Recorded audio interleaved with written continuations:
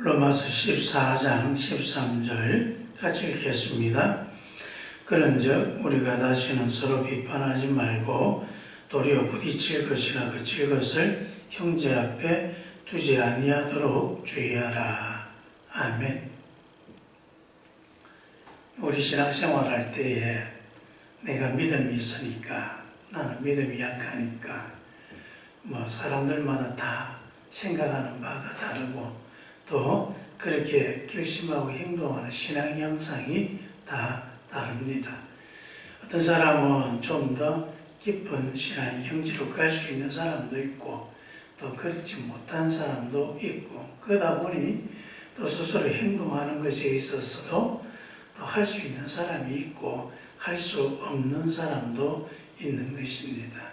그래서 우리 성도들은 그것에 대해서 서로 비판하거나 비난하거나 또 그것으로 조롱하거나 또 서로 정죄하는 그런 사이가 아니라 도리어 좀 더 믿음이 있는 삶이 될 수 있도록 격려하고 이끌어주고 용납하고 함께 사랑해야 하는 것입니다.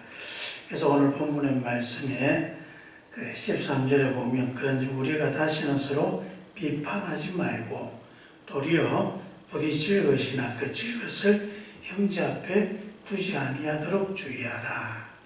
먼저 우리가 성도들 간에 서로 대하는 기본적인 태도를 어떻게 해야 되느냐. 우리가 서로 비판하지 아니하고, 그래서 그것 때문에 서로에게 그칠 것이나 넘어질 것이 되지 않도록 하는 것이 중요하다. 그래서 상대를 자꾸 비판하여서 걸림돌이 되게 하는 것, 이것이 신앙생활할 때에 교회에서 참 삼가하고 주의해야 될 것이다.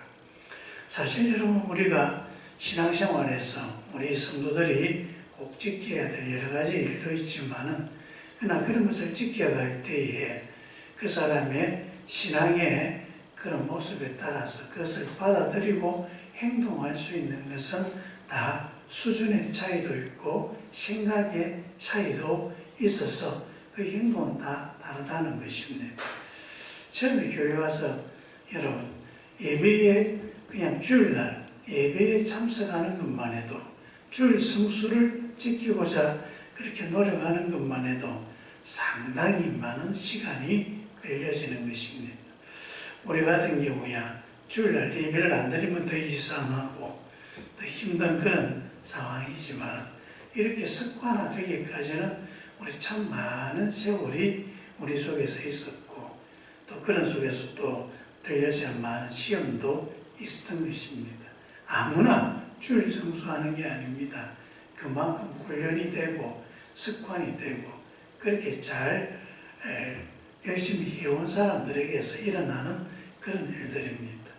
그래서 믿음이 오랜 사람들이 그냥 당연하게 생각하는 것들이지만은 이제 믿음을 처음 시작하는 사람들은 그 자체가 굉장히 힘들고 또 그렇게 가기까지 엄청난 결심과 어려움이 있다는 사실을 알아야 합니다. 그래서 우리는 당연하게 생각한다고 너는 왜 그렇게 못하느냐, 그렇게 당연하게 하라고 그렇게 말하기가 어려운 것이 많다는 것입니다. 또 그렇게 성장하고 그렇게 결심하는 것도 오롯이 다 남이 의해서 이끌어져 가는 게 아니라 스스로 결심하고 결단하는 속에서 그렇게 가시는 것입니다. 그렇기 때문에 그 사람의 결단과 그 사람의 결심하는 바를 내가 주관하거나 내가 간섭하거나 억지로 그렇게 끌어낼 수가 없는 것입니다. 여러분, 신앙생활은 그 사람이 하는 것입니다. 대신해 주는 게 아니라 자기 스스로가 그만큼 결심하고 배우고 익히는 속에 성령의 감동을 받고 그런 속에서 자꾸 하나씩 해 나가는 것입니다. 근데 우리 그리스도인들이 한 번씩 오지랖이 높아가지고 자꾸 남의 신앙을 간섭하려고 하는 그런 경향이 없지 않아 있는 경우를 보게 됩니다. 그래서 괜시리 그렇게 간섭하다가 그 사람이 자존심을 건드리거나 또 양심의 가책을 느끼게 하거나 또 여러 가지 어려운 그런 상황을 만들어서 신앙생활을 포기하게 만들어 버리거나 교회를 떠나가게 하거나 하는 그런 일들이 종종 생기는 것을 볼 수가 있습니다. 그래서 우리가 신앙생활할 때에 좀 용납하고 기다려주고 도와주고 그렇게 해야 되는데 자꾸 간섭하고 정죄하면 어려우십니다. 그 중에 아마 가장 대표적인 것이 술, 담배 하는 그런 문제도 있습니다만 11조와 헌금의 문제가 아마 가장 큰 거친들과 또 부딪힐 것이 아닌가 생각합니다. 여러분 처음에 교회 나왔을 때에 헌금 이렇게 매주마다 1,000원이라도 이렇게 헌금하게 하는 게 쉬운 게 아닙니다. 다른 데서 돈을 잘 써도 교회 와서 이렇게 헌금하려고 할 때 여러분 그 헌금한다고 하는 게 정말 이 성령의 감동이 아니면 1,000원짜리 하나 이렇게 내기가 참 어려운 것이거든요. 그리고 나중에 11조 하게 되는 것도 여러분 11조도 아무나 하는 게 아닙니다. 11조 끝까지 가기가 얼마나 힘들고 어렵습니까? 얼마나 많은 시험을 또 내 마음에 갖고 있는 여러 가지 어려운 유혹들을 겪어내야 할 수 있는 것입니다. 상당히 믿음의 훈련이 되어야 스스로 11조 할 수 있는 수준까지 가는 것입니다. 그런데 나는 지금 11조도 하고 나는 헌금도 잘하는데 왜 당신은 교회 온 지 뭐 1년, 2년이나 됐는데도 헌금도 제대로 안 합니까? 뭐 이런 식으로 따지다가 그러면 이제 그런 말을 듣는 사람이 어찌 되겠습니까? 갈등하게 되어지는 거죠. 때가 되면 어른이 알아서 하지 않겠습니까? 나도 그런 어려운 그 기간을 거쳐가지고 지금 그렇게 하고 있는데 이제 신앙생활 좀 하려고 하는 사람에게 그런 거친도를 자꾸 생겨 놓으면 어려워지는 거죠. 또 우리가 헌금을 할 때에도 헌금하는 방식의 문제도 여러 가지로 있습니다. 한 분이 제게 와서 묻습니다. 목사님, 제가 시골에 제가 살아왔던 교회가 있고 지금 다니고 있는 교회가 있는데 11조를 지금 반반 하고 있습니다.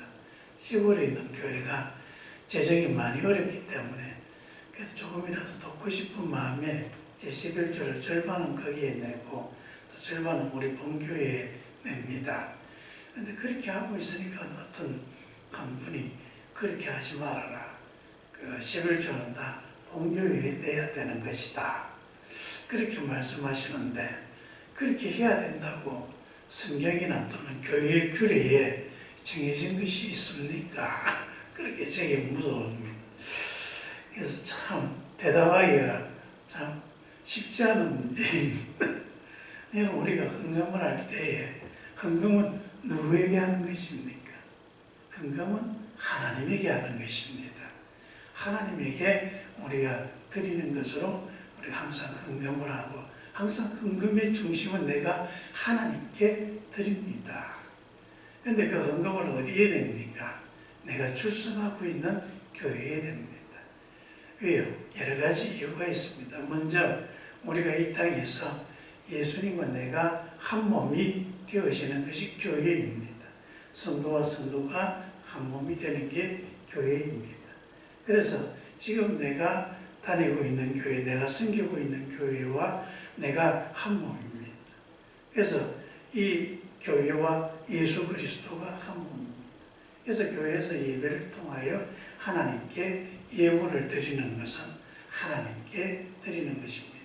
받는 주체는 뭐 교회에 있지만은 그냥 우리가 드릴 때는 하나님께 드립니다. 그래서 교회의 예배를 통해서 우리가 하나님께 예배 드리는, 그게 헌금 드리는 것을 가장 정석으로 생각합니다. 특히 우리 개신교회에는 모두가 다 개교회주의입니다. 그래서 내가 다니고 있는 내 교회가 가장 우선이고, 그리고 좀 더 나아가서 교회와 교회가 서로 연합해가는 것을 지향하고 있는 것이죠. 그래서 가장 중요한 것은 지금 내가 출석하고 있는 교회가 가장 내게 있어서는 중요하고, 그리고 이 교회가 부흥하고 성장하도록 나는 하나님께 책임과 사명을 받은 사람들입니다. 그래서 항상 내 교회를 부흥케하고자 하는 것, 내 교회가 더욱더 하나님의 은혜 가운데 성장하도록 하는 것이 나의 사명이고 책임입니다. 그래서 헌금을 내 다니는 교회에 이렇게 하는 것도 성도로서 당연히 그렇게 해야 할 일입니다. 그런데 여러분, 이것은 정석이고요. 정석이라기보다는 일반적으로 그렇게 하는 것이고, 다시 이야기하지만 헌금은 누구에게 드리는 겁니까? 하나님께 드리는 것입니다. 그러다 보니 내가 하나님께 드리고 싶어하는 여러 가지 환경과 상황이 달라질 수도 있는 것입니다. 그래서 내가 하나님께 드리고자 할 때에 하나님께 드리는 그것이 여러 가지 이유에 따라서 그 헌금을 드려지는 장소가 달라질 수도 있는 것이죠. 앞서 이야기했던 것처럼 내가 그렇게 결심해서 내 시골에 있는 그 교회도 하나님의 교회, 여기도 내 교회, 그래서 11조를 절반씩 이렇게 내는 것도 그 사람이 그렇게 결정하고 한다면 그 사람에게 맡겨줘야 할 문제지, 남이 그것에 대해서 간섭할 그런 문제는 아니라는 것입니다. 11조를 할 때도 온전한 11조라는 이야기를 합니다. 그래서 내가 받은 수입에 그래서 자꾸 물어봅니다. 목사님, 인센티브까지 다 쳐야 되는 겁니까? 아니면 상여금을 빼야 됩니까? 아니면 세전입니까? 세후입니까?